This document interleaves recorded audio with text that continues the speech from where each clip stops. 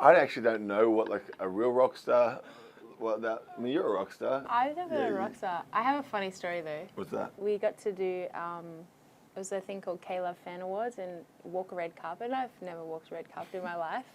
And I was with Joel, and then someone, a lovely lady was dressed like very extravagantly, and they were filming, and she's like, and who are you wearing? And I was like, they were my mum's pants and a silk shirt. And that's what I said. And then I walked by and Joel goes, your mum's pants? I was like, she did the 80s. Especially Givenchy or something, like just make something up.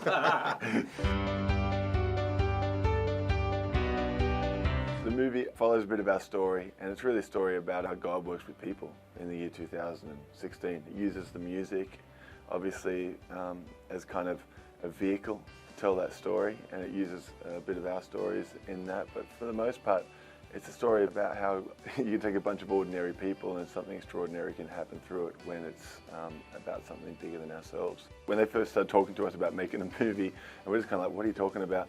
The last thing we wanted to be was like a puff piece just to get people into cinemas. That's actually not what we're interested in. And I kind of knew that if there was going to be something that was going to help people, then it would need to be told by somebody who's searching or trying to figure it out for themselves.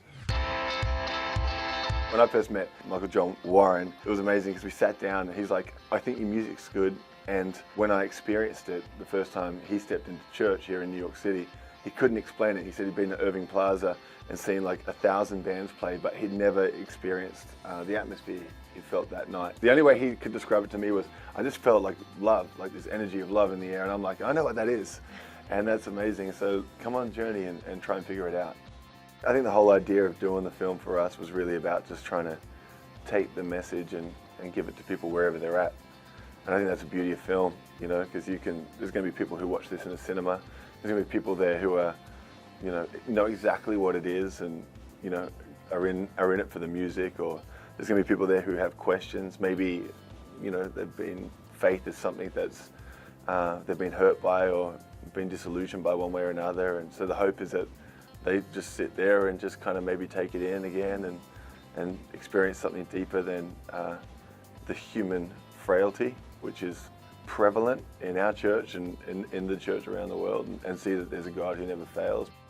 With the lights being down, it's a cinema that they could just be honest and be themselves, and if they want to sing along, then sing along. If they want to just read the lyrics and discover what they mean because they maybe have never heard it before, then do that. I hope that people would encounter Jesus.